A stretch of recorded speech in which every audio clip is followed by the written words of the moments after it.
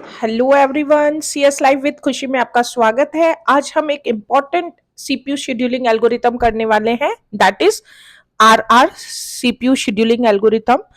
RR means होता है round robin CPU scheduling algorithm है। ये एक तरह का प्रिमिटिव वर्जन है और ये टाइम शेयरिंग ऑपरेटिंग सिस्टम में से यूज किया जाता है, जिसमें कि प्रोसेसेस को एक टाइम स्टैम्प या टाइम स्लॉट या टाइम क्वांटम आप बोल सकते हैं, जो फिक्स्ड साइज ड्यूरेशन का होता है, वो हर प्रोसेस को एक सर्कुलर वे में प्रोवाइड करवाया जाता है। इट मीन्स कि हर प्रोसेसेस को एक लिमिटेड टाइम के लिए हम क्या करेंगे, उनको वो टाइम स्टैम्प प्रोवाइड करेंगे। अगर इन उस टाइम स्टैम्प में वो प्रोसेस कंप्लीट हो जाती है तो वो टर्मिनेट हो जाएगी, अदरवाइज वो एक सर्कुलर लिंक में फिर से ऐड हो जाती है और फिर अपने नेक्स्ट टाइम स्लॉट के लिए वेट करती है।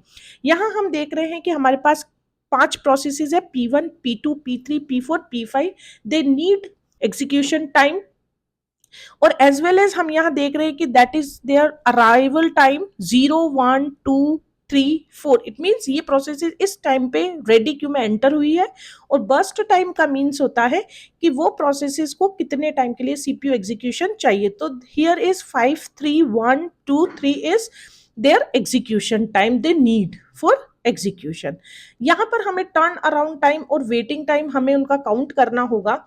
तो इसके लिए हम गैंट चार्ट बनाते हैं। आरआर शेड्यूलिंग एल्गोरिथम को समझने के लिए आपको अलग से, अगर आप चाहें तो उसकी एक रेडी क्यू मेंटेन कर सकते हैं, जो आपको हेल्प करेगी कि कौन सर्कुलर वे में हमारी प्रोसेसेस को हमने सीपीयू एलोकेट किया है। हम देख रहे हैं यहाँ पे कि 0 टाइम पर केवल एक ही प्रोसेस है P1, तो हम यहाँ पर 0 लिखेंगे। और कौन सी प्रोसेस को हमने प्रोवाइड किया है सीपीयू, दैट इज P1। तो P1 को हम देखते हैं 5 बस्ट टाइम है, तो हमें उसको कितनी देर के लिए देना, 2 के लिए हम मैक्सिमम दे सकते हैं, क्योंकि time stamp is equal to our 2 units. तो यहाँ पर हम 5 में से अगर 2 हमारे माइनस हो जाते हैं तो देयर इज 3 रिक्वायर्ड मोर। अभी ये P1 जो है वो 2 यूनिट के लिए ही एग्जीक्यूट होगी। हम देखते हैं जैसे ही P1 एग्जीक्यूट हुई है 2 यूनिट के लिए, क्योंकि रेडी क्यू में जो 0 टाइम पर केवल एक ही प्रोसेस थी, दैट वन P1। हम देखते हैं कि जैसे ही P1 ने 2 तक यूनिट तक एग्जीक्यूशन कंप्लीट किया, तो उसी ड्यूरेशन में P2 भी रेडी क्यू में एंटर हुई है और P3 भी रेडी क्यू में एंटर हुई है। तो रेडी क्यू में एट ए टाइम ये प्रोसेसेस भी आ चुकी है। इट मीन्स P1 के बाद कौन आ गई, P2, और फिर कौन आ गई, P3। तो अब हम किसको सीपीयू देंगे, P2 को देंगे, क्योंकि नेक्स्ट नंबर पे किसका है, हमारा P2 एंटर हो चुकी है। और P2 को हमने दिया है 2 के लिए, तो इसका एक अभी बचा है। और यहाँ पर हमने लिखा है 4, क्योंकि इसको भी हम कितने ड्यूरेशन के लिए लेंगे, केवल 2 यूनिट्स के लिए देंगे। Then we will provide for P3। और P3 का जो बर्स्ट टाइम है केवल एक ही है, तो P3 हमारे जैसे ही हमने इसको एग्जीक्यूशन दिया, ये हमारी क्या हो जाएगी, टर्मिनेट हो जाएगी। तो अब ये हमारी सर्कुलर वे से बाहर है। इसके बाद हम देखते हैं कि जैसे ही P3 एग्जीक्यूट होती है, जैसे P3 एग्जीक्यूट, अच्छा यहाँ पर P1 एक बार एग्जीक्यूट हो चुकी है, तो इनके P2 और P3 के बाद में कौन आ जाएगा, यहाँ पर अगेन P1 आ जाएगा। फिर हम देखते हैं यहाँ पर कि P3 के बाद में जैसे P3 एग्जीक्यूट हुई है, उस ड्यूरेशन में हमारे पास P4 भी एंटर हो चुकी है और P5 भी एंटर हो चुकी है। तो इस तरीके से हम P3 के बाद में अब वापस किसको जाएगा, P1 को जाएगा। P1 को फिर से हमने दिया है 3 है, तो उसका 1 अभी और लेफ्ट रहा है, तो यहाँ 7 हमने यहाँ लिखा है। और अब उसके बाद में P1 को देने के बाद में आप रेडी क्यू से देख सकते हो, फिर किसको देंगे, P4 को देंगे। P4 को हमने दिया है 2 यूनिट के लिए, तो P4 भी आप देखिए यहाँ पर कंप्लीट हो चुकी है, ये भी कंप्लीट हो चुकी है। देन हम देंगे P5 को।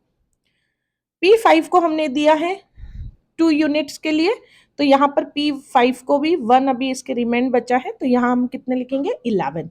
इट मीन्स अभी तक हमारी ये प्रोसेसेस कंप्लीट हुई है। P5 के बाद में फिर से हम किस प्रोसेस को देंगे, there is which process, that is P2 को देंगे। ये हमने दिया P2 को। अब P2 की नीड कितनी है, 1 की है, तो ये हो गया यहाँ पर 12। Now we will give the CPU for P1। P1 को भी हमने 1 के लिए दिया, दैट इज 13। और लास्ट हम किसको देंगे सीपीयू, लास्ट हम सीपीयू देंगे स्टूडेंट्स P5 को। ये दिया हमने P5 को। आपको यहाँ पर कंफ्यूज नहीं होना है। आप अगर इसी तरीके से आप रेडी क्यू मेंटेन करेंगे तो आपको समझ में आएगा कि एक बार एग्जीक्यूशन हो गया तो फिर वो जाकर सबसे एंड में उसके शिफ्ट हो जाती है। तो उस तरीके से सर्कुलर में उनको एक सीपीयू एलोकेट किया जाता है।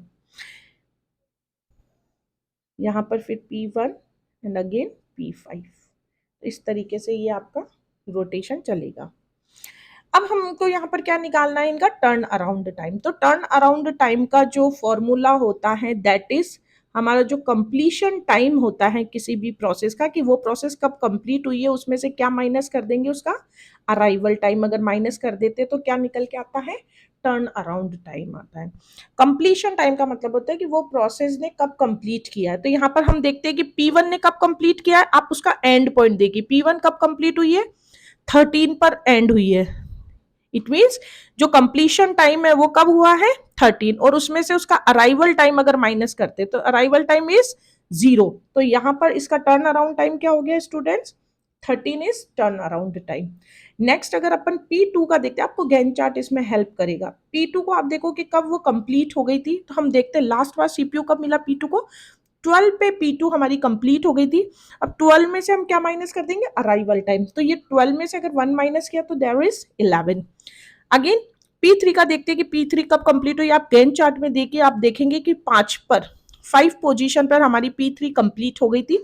तो 5 में से हम क्या माइनस कर देंगे, 2 इज अराइवल टाइम, तो देयर इज 3। नेक्स्ट P4 हम देखते हैं कब कंप्लीट हुई है हमारी, तो आप देखेंगे कि 9 पर हमारी क्या हुई है, P4 कंप्लीट हुई है, और P9 में से हम क्या माइनस कर देंगे, उसका अराइवल टाइम माइनस कर देंगे, दैट इज 3। तो यहां हम लिख देंगे 6। इसी तरीके से P5 हम देखते हैं 14 पर कंप्लीट हुई है, और उसमें से इसका 4 जो है क्या है, उसका अराइवल टाइम है। तो 14 में से हम क्या माइनस कर देंगे, 4 माइनस कर देंगे, क्या आ जाएगा स्टूडेंट्स, 10 आ जाएगा। तो हियर इज, ठीक है। तो यहां पर आपको ये क्या निकल के आया, आपका टर्न अराउंड टाइम निकल के आया है, ठीक है। इसी तरीके से हम क्या निकालेंगे, वेटिंग टाइम निकालेंगे। वेटिंग टाइम का मतलब होता है कि किसी प्रोसेस ने कितने टाइम के लिए वेट किया है। तो अगर वेटिंग टाइम निकालना है तो उसका फॉर्मूला क्या होता है हमारा, यहां हम करेंगे टर्न अराउंड टाइम में से हम क्या माइनस कर देंगे, उसका बर्स्ट टाइम। तो टर्न अराउंड टाइम हम ऑलरेडी निकाल चुके हैं, here is turn around time. अगर 13 P1 का टर्न अराउंड टाइम है, ठीक है, अगर 13 टर्न अराउंड टाइम तो उसमें से क्या माइनस कर देंगे, उसका बर्स्ट टाइम। तो 13 में से अगर हमने 5 माइनस किया है, it means there is 8 is a waiting time for P1।